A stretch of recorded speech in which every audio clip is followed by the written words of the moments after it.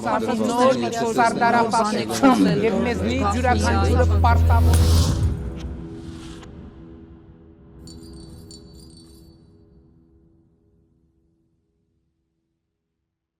Բարի երեկո, Tribune հարթակի եթերում կարճ միացում հաղորդաշարն է։ Ձեզ ենք ներկայացնում անցնող շաբաթվա ամենահետաքրքիր իրադարձությունները, ամենասկանդալային միջադեպերը։ Գնացինք։ Այսօր մեր հյուրն է Հայաց վերլուծական կենտրոնի խորհրդի նախագահ Կարեն Բեկարյանը։ Ողջույն, շնորհակալ եմ։ Ես շնորհակալ հրավերի համար։ Պարոն Բեկարյան, հաղորդումը հիմնականում անցնող շաբաթվա վերլուծությանն է անդրադառնում գլխավորապես քաղաքական թեմաներին, թեպետ ինչպես ասում են, ամեն ինչ կապված է քաղաքականության հետ եւ չքաղաքականացված հարց գոյություն չունի, ես ուզում եմ ի սկզբանե անդրադառնալ երեկվա եւ թեթև անդրադարձովպես ֆուտբոլային խաղին, որը էլի բոլորը քաղաքականացրեցին իրականում Հայաստան-Վրաստան խաղը եւ կոնկրետ Tribune մի հարթակում աշխատող լրագրողի հետ կապված դեպքին, Հռիփսիմե Մեջեբեջյանի, որը ուղղակի չեմ կարող չանդրադառնալ, երկուսն էլ իհարկե քաղաքական աստառ ունեն, բայց այստեղ մի պարագայում ֆուտբոլի պարագայում, սպորտի պարագայում քաղաքականությունը այլ հարթության վրա է, ազգային ժողովում այլ հարթության վրա է, ընդհանրապես արժեհամակարգի անկումը նկատելի է Հայաստանում եւ դա արդարացնել միայն քաղաքականությամբ եւ ասել սա քաղաքականություն է, պարզապես նոնսենս է, այո։ Լրագրողի հետ կապված դեպքը, որը ոչ միայն լրագրողական համայնքի, այսպես զայրույթն առաջացրել, տեսակ արդեն ստորագրահավաք են կազմակերպել ԱԺ ներկայացնելու համար էթիկայի հանձնաժողով, այնտեղ վիրավորվեց ոչ միայն լրագրողը, որպես լրագրող իր պարտականությունները կատարելու համար, վիրավորվեց կինը առհասարակ, մարդը առհասարակ, իր պրոֆեսիոնալ գործունեությունը իրականացնող, վիրավորվեց մի մարդու կողմից, որը ընդհանրապես որևէ բարոյական արժեքներ չունի իրականում,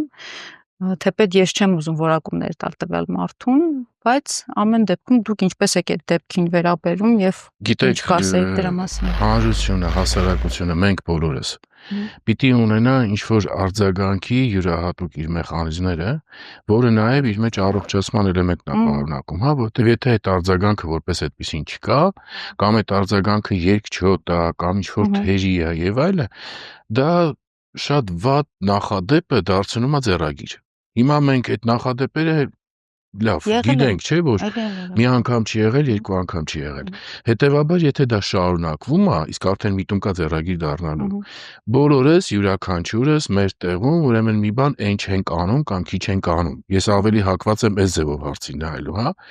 Օրինակ, որևէ անձ երբ կարող է իրան նման բան թույլ տալ,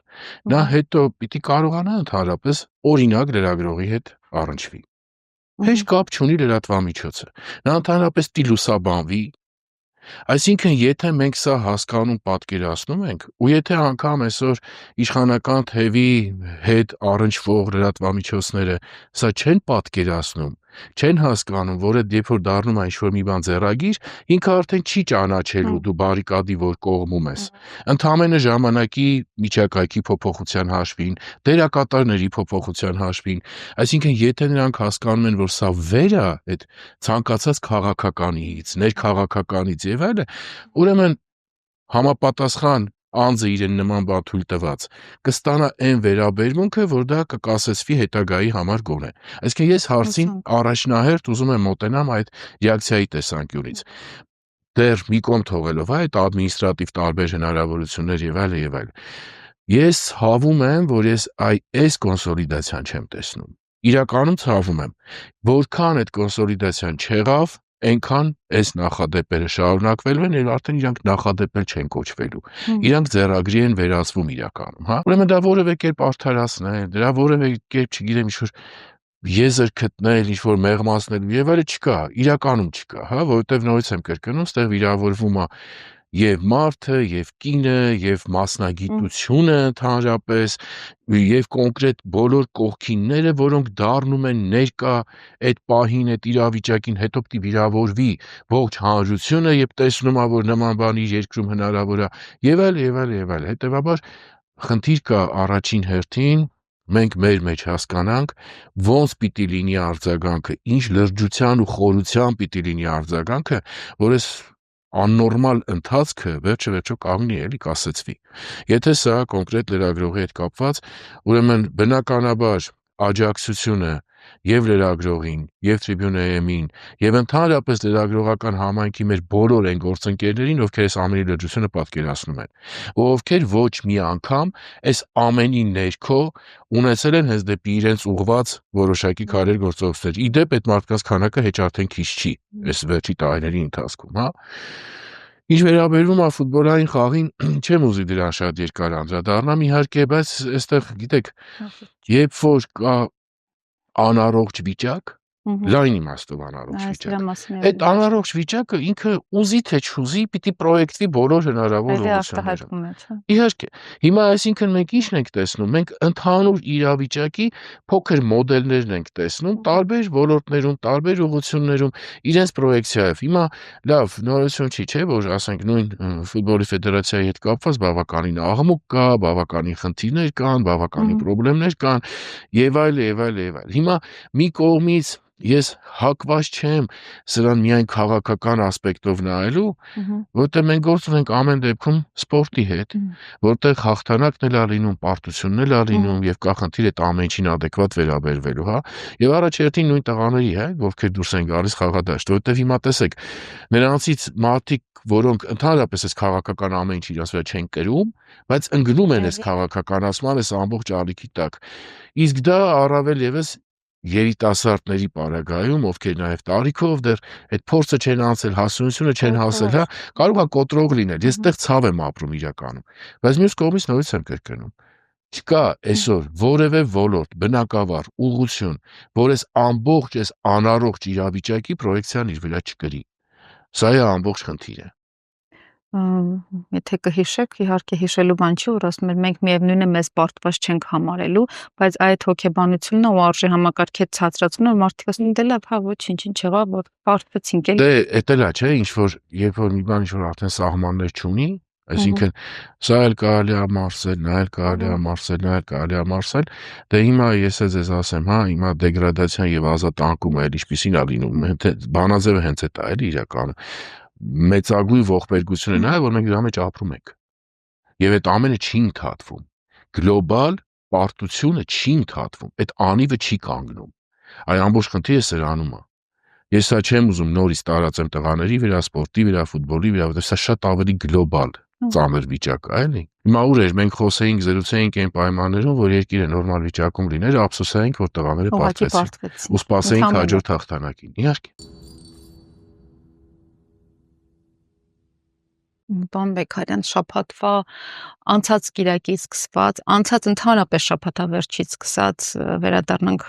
հայ-ադրբեջանական բանակցությունների այսպես անպագորգոր ավարտին եւ դրան հաջորդած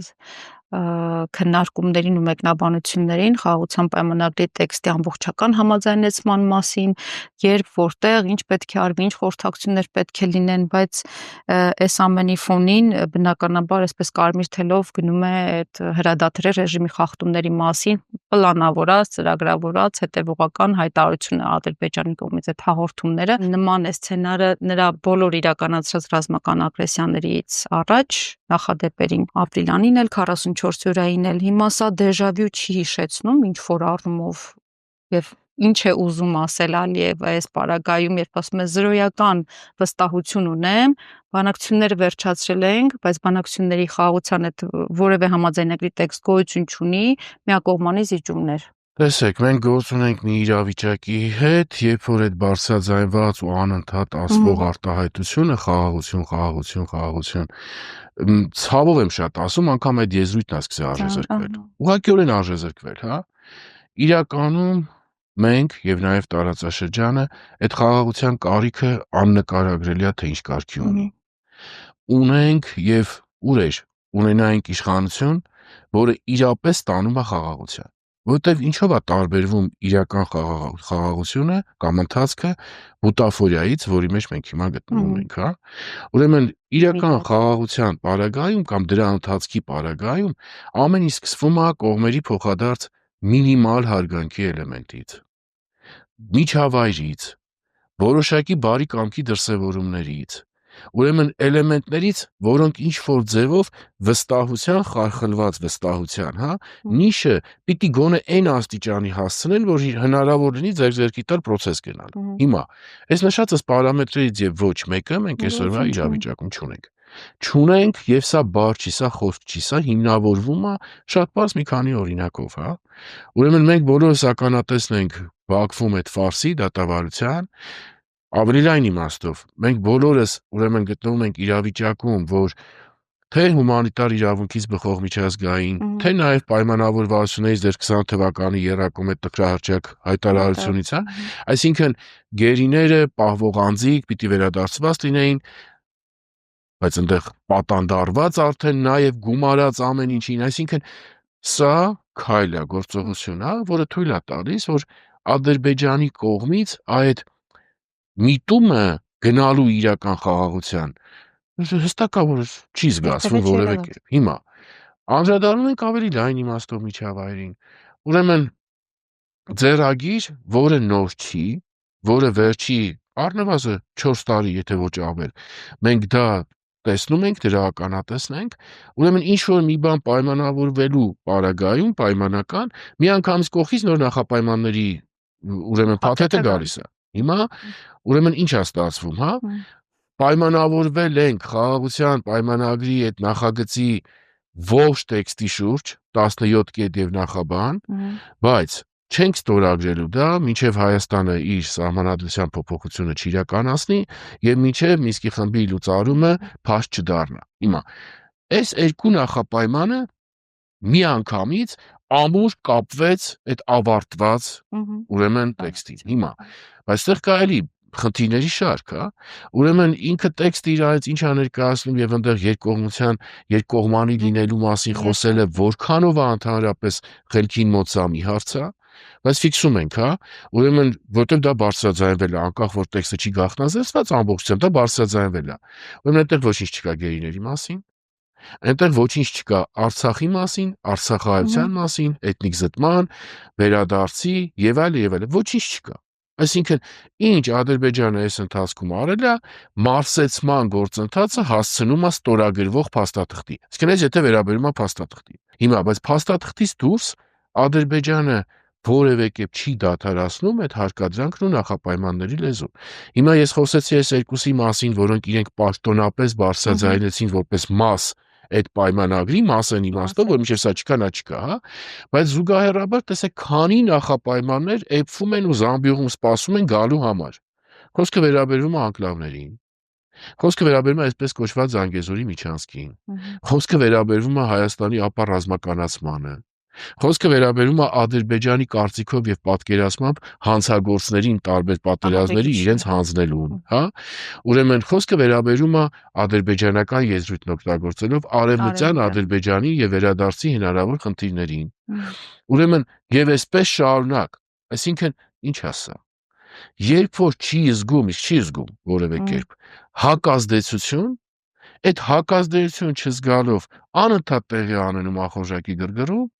անընդհատ տեղի անենում ուրեմն նորից նոր բան բերելու սեղան, նոր բան պահանջելու, չեք հեռու գնում, նույն վերջի երկու համաձայնեցված կետը խայտարակություն է, չէ՞, հայցերի հետ կանչելու կետը, այն պարագայում երբ ինչով են կանցել ու ինչ ունենք, հա։ Մենք ունենք ավելի շատ փաստեր։ Հիմա փաստացի մենք ինչ իրավիճակ ունենք, այս ձեռագիրը ամենաէական դրթողն է ու տանողն է պատերազմին։ Մեծագույն խաբկանք է, որ սենց հնարավոր է խաղաղություն ձեռք բերել։ Սա ամենաարագ տանողն է պատերազմին, որովհետև տեսեք, դիմացի կողմը սովորում է նրան, որ ինչ ուզի պիտի ստանա, եւ պիտի ստանա մեծ արագությամբ, որից հետո երբ որ ինչ որ պատճառով, չեմ էլ ասում եմ մերժվում է, դա դանդաղում է, կամ աշխարհաքաղաքական գործընթացները ինչ որ պաուզաների են բերում, նա պատրաստ է այդ ամեն ինչը անելու արդեն ռազմական ուժով։ Հիմա սրա էական, ուրեմն ապացույցներից կուզեք, նշիչներից կուզեք, այն ինչ այսօր տեղի է ունենում ինֆորմացիոն դաշտում Ադրբեջանի կողմից ձեր նշած անընդհատ ասելով սահմանի ուրեմն զինադադարի խախտում, կրակոցներ, այո։ Ուրեմն սա ինչ է նշանակում։ Եթե մենք սա պարզ փորձենք բանաձևել, սա ինչ է նշանակում, Ադրբեջանի ռազմաքաղաքական ղեկավարությունը ուրեմն չունի որոշում ռազմական էսկալացիայի չգնալու։ Այսինքն նա անընդհատ այս ֆոնը պահում է, որ ցանկացած պահի, եթե կկայացվի հանկարծ ռազմական գործողությամբ ինչ-որ բանի հասնելու ուրեմն որոշում, սա ֆոնը դրա համար նախատեսած իր գործը կանի, հա։ Ուրեմն սա է ձեզ ապացույցը, որ sense խաղաղության չեն գնում։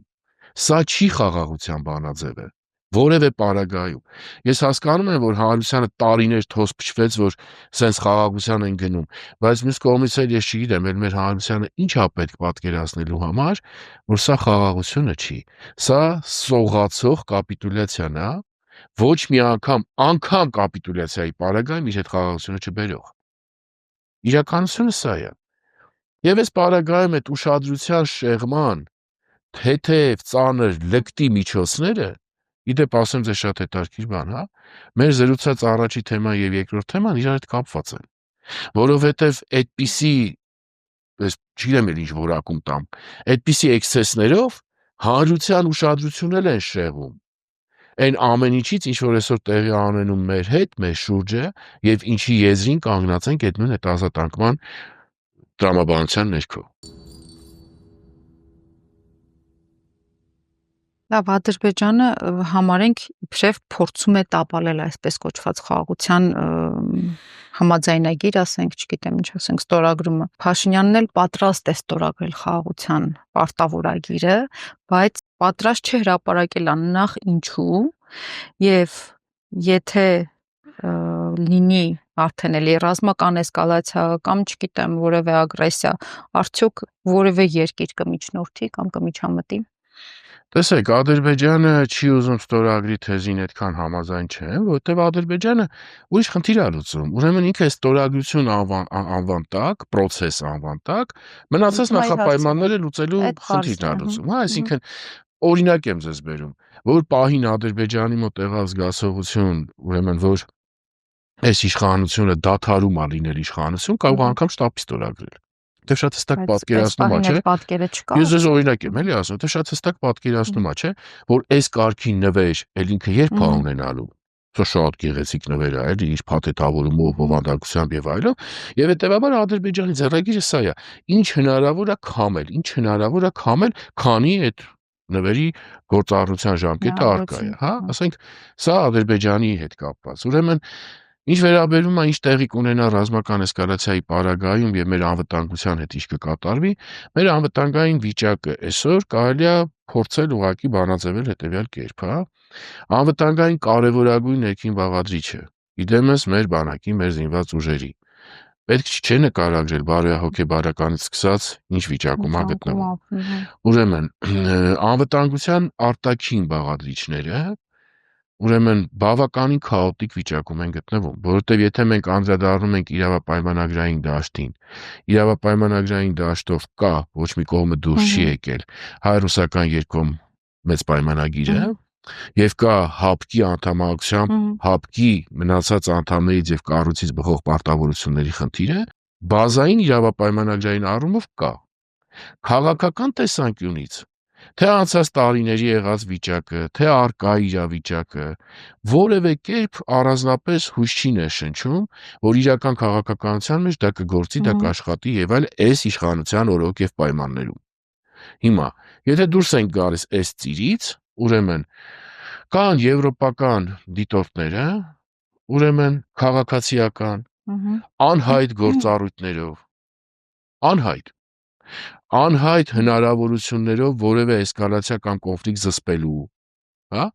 եւ չկա իրավապայմանագրային որևէ պարտավորված բազա ԵՄ-ի կողմից կամ Ամերիկայի Միացյալ Նահանգների կողմից, օրինակ Հայաստանի սուվերեն տարածքի նկատմամբ ագրեսիայի պարագայում որևէ կերպ արձագանքելու։ Կան գեղեցիկ խոսքեր փոխադարձաբար, կա հանրության մոտ ստեղծվող օթերում ակնկալիքներ,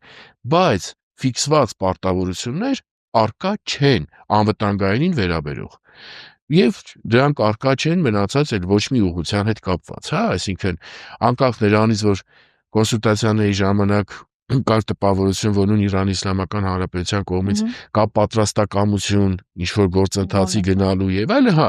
բայց դա ոչ մի անգամ չի բերվել հասցվել իր տրամաբանական հանգրվաններին,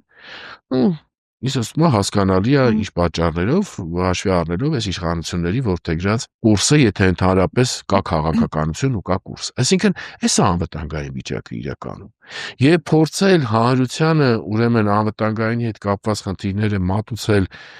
չգիտեմ, Ֆրանսիայից բերած մի քանի միավոր զենքով, Հնդկաստանից բերած մի քանի միավոր զենքով եւ փորձել դրանով այդ փափուկ բարձ դնել սեփական հանրության գլխի տակ, դա մեղմ ասած նորմալ չի։ Մեղմ ասած նորմալ չի։ Եվ հետեւաբար, հետո ես մի բան էլ ասեմ, հա, շատ հետաքրքիր։ Տեսեք, այս իշխանությունը մեր երկրի անվտանգային վիճակը ինչքան էլ ինքը թոս փչի, իր քայլերով գործողություններով մեր վիճակի ծանր լինելը ապացուցում է։ Որտեւ կա պարզագույն հարց, հա, եթե մեր վիճակը այսօր նորմալ է, ինչով է պայմանավորված այդ կարգի արագությամբ, խոնարհությամբ Ադրբեջանի պայմանները հերթով կատարելը։ Այսինքն, այս երկուսը իրար հետ ստացվում է հատել, չի ստացվում։ Որովհետև եթե անվտանգային վիճակը նորմալ լինի, դա անելը ուրիշ բան է նշանակում։ Եթե դա արվում է ելնող անվտանգային վիճակից, դա պետք է գա զգացողությունը, որ սա անվերջ գործընթաց է եւ իր մեջ պատերազմի պոտենցիալ պարունակող։ Սա է ամբողջ խնդիրը։ Բայց Փաշինյանը անընդհատ այսպես ներքին դաշտի համար իր օրը 3-4 անգամ հաղորդագրություններով Facebook-յան ես պատրաստ եմ, ես ուզում եմ ստորագրեմ, եկեք ստորագրենք, մենք հրադադարի խախտում չենք արել, իրոք այնպեսի տպավորություն է, որ կամ մեր մոտից ինչ որ բան եղել է կամ իրոք հրաման է գնացել, որ ասում են որ բանակի այդ բարոյազուրկ այդ բարոյա լքված վիճակի ինքը փաթեթավորման տեսանկյունից խաղաղության մուրալ է։ Մուրալ է, հա։ Չհասկանալով նորից եմ ասում, կամ շատ լավ հասկանալով թողենք։ Ուրեմն թե սա ինչ կարգի վտանգներ է պարունակում եւ ինչքան է ավելի մոտեցնում պատերազմը։ Սա փաթեթավորման իմաստով։ Բովանդակության առումով ես կարծում եմ, որ սրանք քայլեր գործողություններ են, որոնք իր պատկերացման մեջ պիտի օգտագործվեն հետագայում հանրությանը ասելու էլ ինչ անեի։ Էլ ինչ անեի, ամեն ինչ։ Այսինքն այստեղ նորից հա ձևական եւ իրական մասերի բավականին դուրս տարբերություն կա կարծում եմ։ Եվ շատ լուրջ անհարգալից վերաբերմունք սեփական հասարակության ու հանրության նկատմամբ, որ ունի տպավորություն, որ մեր երկրին, մեր ժողովրդին, մեր հանրությանը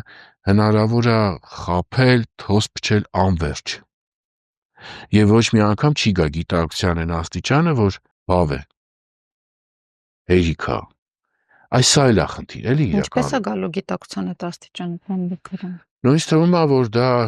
գա լինի, կա էլ, ես չեմ կարծում, ես չեմ կարծում, որ ուրեմն նույնն է վիճակը թեկուզ կես տարի առաջվա հետ համատած չեմ ասում ավելին, բայց այդ չափը, այդ ցասման տեսակարար կշիռը, հա,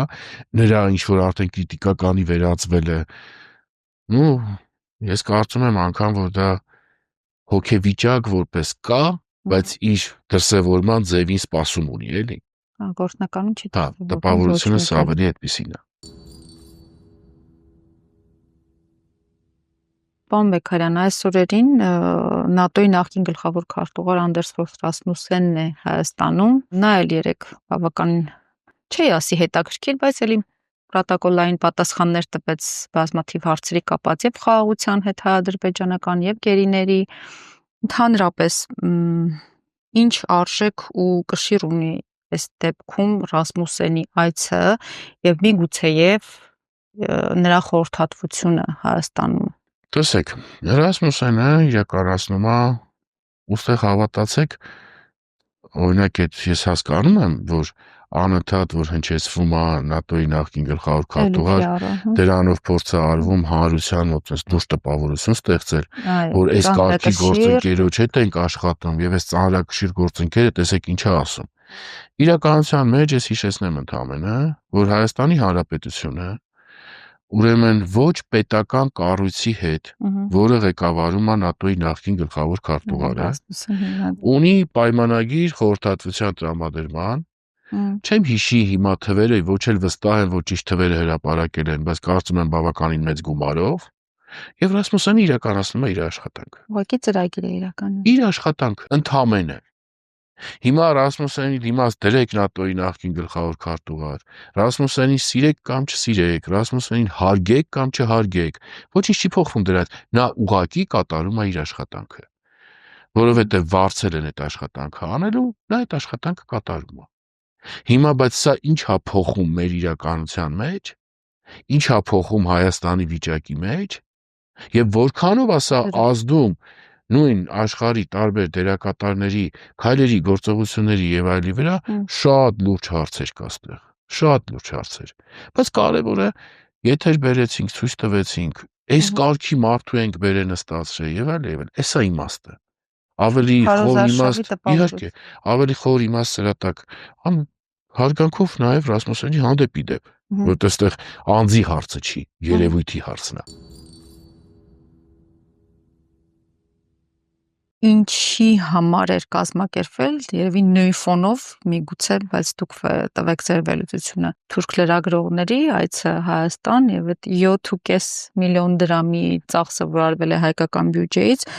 տպավորություն է, որ մենք թուրքական քարոզչությունը հայկական ֆինանսական միջոցներով այսպես ապահովում ենք նաեւ Հայաստանում։ Ուրեմն, իսկ թվում է մի քանի խնդիր փորձում լուծել։ Ուրեմն առաջինը, տեսեք, մուրում է խաղաղություն, ճակերտավոր խաղաղություն, դա խաղաղություն չի։ Մուրում է Ադրբեջանից, մուրալը ոնց որ այդքան արդյունավետ չի ստացվում, եւ փորձ է արվում, ուրեմն կոպիտ կհնչի, հա, երևի։ Ուրեմն գնալ եւ Էրդողանին խնդրել եւ այլը միջնորդել, մի խոսքով, որովհետեւ սա սրա ձևերից է կամ սրա դրսևորումներից է եւ այլը։ Այսինքն փորձել պաշտպանություն փնտրել այնտեղ կոպիտ եմ ասում, հա, ասած։ Ուրեմն երկրորդ խնդիրը սեփական հանրությանը սովորեցնել, որ մենք արդեն թուրքերի հետ ոչ մի խնդրեմ չունենք։ Այսինքն մենք այնտեղ խնդիրներ չունենք, ինչ եղել է անցել է։ Իդեպ այդ ինչ եղել է անցել է, իր մեջ չի պարունակում մենակ 15 թիվ շրջակայք հայոց մեծ եղերն ցեղասպանություն եւ այլը։ Այդ ինչ եղել է անցել է, իր մեջ պարունակում է նաեւ 44-օրյա պատերազմ, Թուրքիայի աջակցություն, դրանից հետո Թուրքիայի քայլեր, գործողություններ կապ չունի։ Այսինքն հանրությանը սովորեցնել պայմանական այն մտքին, որ մարսեցումը այստեղ էլ է ամբողջ ծավալով ընթանում, հա։ Երրորդ հանգամանք որպես այդպեսին, ուրեմն ցույց տալ արևմուտքին, արևմտյան գործընկերներին, որ ես միևնույնն է, ուրեմն իմ փրկությունը, չգիտեմ, ինչ բառ եք ուզում, ուրեմն իմ գոյությունը եւ այլը փնտրում եմ ձեր դաշնակցի եւ գործընկերոջ մոտ։ Այսինքն ես մի քանի խնդիրներ ա փորձում լուծել, գիտեք, անգամ այդ խնդիրների անբովանդակության պարագայում լուծման ձևերն են անորակ, ինչպես եւ գործողություններից յուրաքանչյուրը, բայց սա դա արդեն ուրիշ խնդիր է, էլի։ Պարոն Բեկարյան, կուզեի անդրադառնալ նաև Շվեյցարիայում, վերջերս Շվեյցարիայի դաշնային խորհրդի կարևոր ու հազվադեպ ընդունած այդ որոշմանը, բայց էլի կուզեմ հասկանալ, որքանով է դա կարևոր, թե էլի այսպես այդ շարքին է դասվում, որովհետև Շվեյցարիան ամեն դեպքում միջազգային հարթակում նեյտրալ պետություն է եւ կմիջնորդի արդյոք Արցախի հետ կապված հարցերը։ Ես այստեղ փորձեմ երևի մի փոքր ավելի բանաձևային տալ, հա, պատասխանը։ Ուրեմն ինչ է տեղի ունենում այսօր փաստացի Արցախյան հիմնախնդրի, Արցախի, Արցախահայության հետ կապված։ Ուրեմն Ադրբեջանը բոլոր հնարավոր ջանքերով իրականացնում է գործողություններ էջը փակելու, եղած չեղածը մարսեցնելու եւ այդտեղ ունի ամենամեծ դաշնակիցը իդեմս Հայաստանի իշխանությունների։ Մարս։ Հիմա այս պարագայում կանգնում է խնդիր։ Ոնց անել, ինչ քայլերով, ինչ գործողություններով, որ այդ էջը շուրջ չգա, որ տա հնարավորություն վաղը թեկուզ ամենամինիմալը, հա, մարդկանց ուրեմն անվտանգ արժանապատիվ հավաքական վերադարձի իրենց դարերով ապրած հայրենիք, իրենց պապերի բնորան եւ այլը, հա, այսինքն եւ այս պարագայում տեսեք պատահական չի, որ Արցախի խորհրդարանը ստեղծեց այդ հանձնախումբը, որը ունենա հնարավորություն դրսի գործընկերների հետ առնչվելու, այդ իրավունքները ներկայացնելու, այդ հարցերի հետ կապված, ուրեմն որոշակի քայլեր, գործողություններ առաջ մղելու։ Հիմա արդյոք սա լավ օրից էր ոչ։ Որովհետև եթե Հայաստանի իշխանությունները լինեին Հայաստանի իշխանություններ, ուրեմն այդ ամբողջ գործառութային դաշտը հենց իրենց կողմից պիտի բնականոն ձևով իրականացվեր։ Բայց կյանքը ստիպեց դա անելու։ Գիտեք, հանձնախումբը, որ ղեկավարում համակարգում է Վարդան Օսկանյանը, հա, հանձնախումբը բավական ակտիվ, ինչ հնարավոր է, որովհետև հասկանում ենք, չէ, որ նա չի կարա պետության գործառույթը ամբողջությամբ որևէ կերպ իր վրա վերցնել, իսկ փորձել է իր բոլոր հնարավորություններով, ուրեմն տարբեր երկրներում, տարբեր կառույցներում բերել իրավիճակը նրան, որ կա անկալում, որ չի կարելի էթնիկ զտումը եւ հայրենազրկումը հիմք ընդունելով հարցը փակել։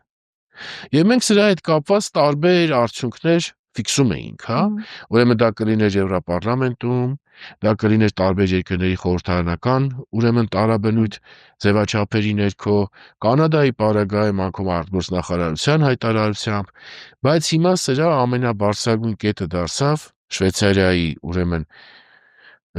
ընդունած օրենքը, իդեպ այստեղ ներբություն կա, հիմա կանդրադառնամ, փաստորեն տեսեք, Շվեյցարիայի պարագայում մենք գործ ունենք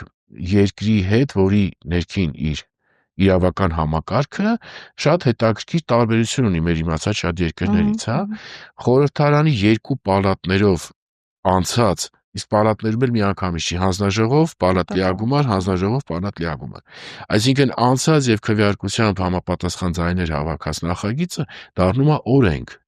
պարտադիր կատարման սեփական երկրի գործադիրի համար։ Այսինքն Շվեյցարիայում հիմա այս խնդիրը բարձրացվեց այս մակարդակի։ Ինչ է սա տալիս։ Նախ խորին շնորհակալություն դրան բոլոր մասնակցածներին, այս արդյունքին հասցրածներին, թե դա կլինի հանձնախումբը, թե նրա առանձին անդամները համակարգողը, թե Սփյուռքի մեր գործընկերները, թե հայ դատի գրասենյակները, թե նաև իհարկե շվեյցարական, ուրեմն հասարակական կազմակերպություններից մինչև քվեարկող խորհրդարանականները երկու պալատներում, հա, խորին շնորհակալություն, որովհետև այս իրավիճակում, այս պարագայում, այս պայմաններում սա բավականին լուրջ ճեղքում է, հա, այդ իրավիճակին։ Հիմա ինչա տալիս տեսանկյունից առաջինը աշխարհում հնչում է, որ այդ հարցը փակելը աննորմալ է եւ փակված համարել չի կարելի։ Սա շատ կարևոր էլեմենտ է։ Ուրեմն օրենքի մեջ հստակ արտացոլվում է վերադարձի խնդիրը, այդ արժանապատիվ անվտանգ վերադարձի խնդիրը, եւ այս ամեն ինչի, այդ թվում մարդու իրավունքների դաշտում լինելը, այդ թվում հավաքական իրավունքների, հա, եւ այս պարագայում հիմա անկախ նրանից գործընթացը ինչ ինտենսիվություն կունենա եւ այս գործընթացին ինչպես կվերաբերվի Ադրբեջանը, բայց սա նաեւ պետքա վարակիչ դառնա մեր մյուս երկրների պետությունների համար, այդ թվում Հայաստանի բարեկամ երկրների պետությունների համար, հա, եւ իհարկե մենք ստեղ նաեւ աչքի առաջ ունենանք, որ այսօր շատ լուրջ վտանգի տակ է դրված Մինսկի խմբի եւ հարակից կառույցների գոյությունը, Ադրբեջանի նախապայմանից Հայաստանի համաձայնվելուց ելնելով, եւ այս պարագայում տեսեք լեգիտիմ մարմինն էլ եթե հանկարծ լուծարվեց, մենք կանգնելու ենք փաստի առաջ, որ Ադրբեջանը իր դրած խնդիրներին հասնում է 100-ից ավել տոկոսով ներողություն sense արտահայտություն օգտագործեմ, եւ մենք նույն Արցախահայության այս ամբողջ խնդիրը իրենց հայրենիք վերադառնալու հարցը կարող ենք բերել շատ ճգնաժամային իրավիճակի։ Սա է, այսինքն Շվեյցարիայինը շատ կարևոր իրադարձություն էր, որին պետքա կարողանալ ճիշտ շարունակություն տալ, իսկ իհարկե